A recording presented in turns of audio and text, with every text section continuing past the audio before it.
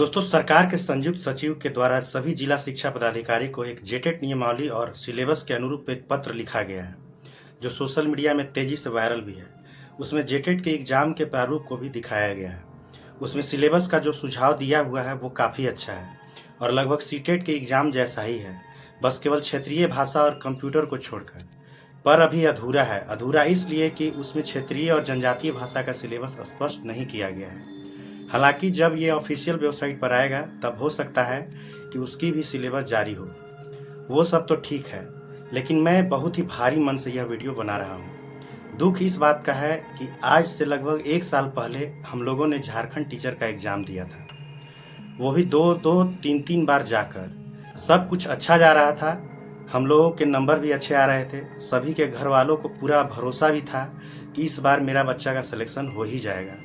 लेकिन माननीय supreme court के द्वारा एक फैसला आता है जो कि वो अपनी जगह बिल्कुल सही भी है, और हम लोग को भर्ती प्रक्रिया से बाहर कर दिया जाता है।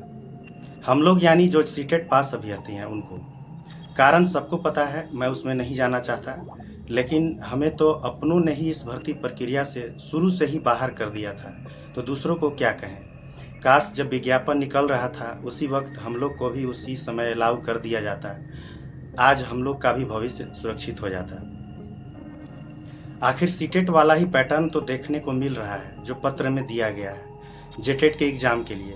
कुछ लोग कहेंगे कि इसमें एक जनजातीय भाषा या क्षेत्रीय भाषा को भी शामिल किया गया है। ठीक है भाई, ऐसे भी जब टीचर का मुख्य एग्जाम होता है तो उसमें तो हम लोग क्षेत्रीय भाषा या जनजातीय भाषा का एग्जाम तो देते ही हैं, लेकिन जो पत्र में सिलेबस का प्रारूप है वो बिल्कुल सही है। एक और बात, जो जिला वाइज क्षेत्रीय भाषा दिया गया है, कई जिले ऐसे हैं जो अलग अलग राज्यों से अपनी सीमा साझा करते हैं, तो क्या जो जिस राज्य के सीमा से लगा हुआ जो जिला रहेगा वहाँ पर स्वाभाविक है कि उस राज्य का क्षेत्रीय भाषा वहाँ उस जिले के स्थानीय लोग बोलेंगे ही।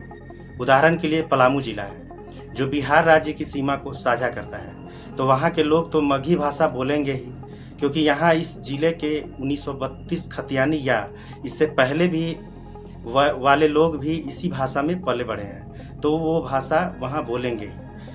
लेकिन पलामू जिला में वो भाषा नहीं है। बाकी जो पत्र में सिलेबस का प्रारूप है जो कि काफ़ी अच्छा है, बस समय से एग्ज़ाम कैलेंडर निकाल दे और समय पर सारा चीज़ जल्दी जल्दी हो जाए। जो पत्र में सिलेबस में दिया हुआ है उसमें आप ध्यान से देखिए। सिलेबस है वहाँ पे हम लोग सीधे सिलेबस पर आते हैं कि क्या दिया हुआ है। देखिए, कक्षा 1 से 5 के लिए CDP बाल विकास एवं शिक्षण पद्धति, जो 30 प्रश्न की संख्या 30 रहेगा और इसका नंबर भी 30 रहेगा। और 1 है लैंग्वेज 1, उसमें हिंदी, संस्कृत, उर्दू, अंग्रेजी में से कोई 2 भाषा, मतलब ये हिंदी, संस्कृत, उर्दू, अंग्रेजी में से कोई भी 2 भाषा आपको रखना है भाषा 1 में। जो 30 क्वेश्चन 30 रहेगा, 30 मार्क्स का भी रहेगा, मतलब कि 15-15 क्वेश्चन हो सकता है इसमें रहेगा। लेकिन जो उर्दू से होंगे उनके लिए एक उर्दू का चयन करना एक विषय अनिवार्य होगा। लैंग्वेज 2 है, भाषा 2 है, जिसमें कार्मिक प्रशासनिक सुधार तथा राजभाषा विभाग झारखंड रांची की अधिसूचना संख्या इतना में अधिसूचित भाषाओं में से हिंदी, संस्कृत, उर्दू, अंग्रेजी को छोड़कर बाकी अनुसूची 1 में जो भाषा दिया गया है उसमें से कोई भी आपको एक रखना है। जो क्षेत्रीय जनजातीय भाषा है उसकी बात कर रहे हैं। इसकी भी प्रश्न की संख्या 30 रहेगा और 30 नंबर का रहेगा। उसके बाद गणित है, गणित भी 30 प्रश्न रहेगा जो 30 नंबर का रहेगा। उसके बाद पर्यावरण अध्ययन है EVS, जो 30 प्रश्न रहेगा और 30 नंबर का रहेगा। टोटल 150 प्रश्न रहेंगे और 150 मार्क्स के रहेंगे, जिसमें आपको 2.5 घंटा का समय दिया जाएगा।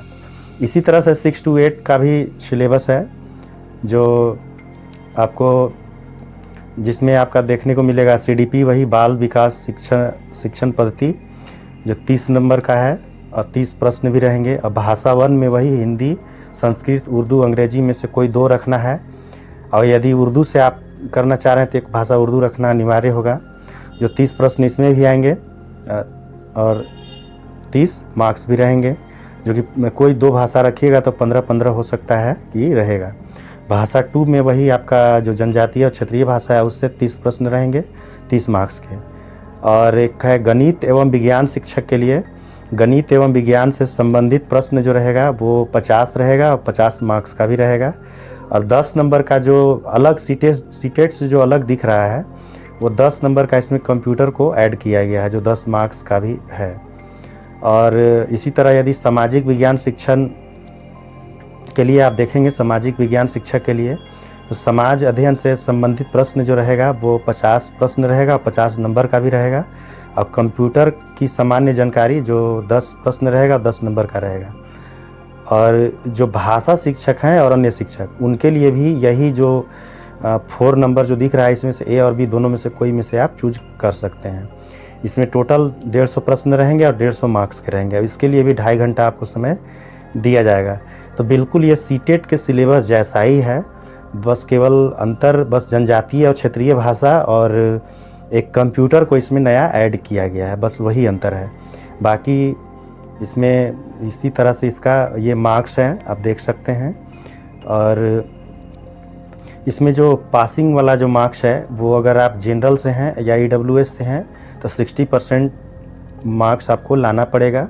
और यदि आप BC1 BC2 या SC ST से हैं तो आपको 55% मार्क्स लाना अनिवार्य होगा। मतलब कि अगर आप कैटेगरी से हैं तो आपको 82 मार्क्स लाना होगा 150 में से, और आप जनरल से हैं तो आपको 90 मार्क्स लाना होगा पास करने के लिए। बाकी इसके बारे में आप क्या सोचते हैं, कमेंट बॉक्स में अपना विचार जरूर रखें। और चैनल पर नए आए हैं तो सब्सक्राइब चैनल को जरूर करें और वीडियो को शेयर जरूर कर दें। धन्यवाद।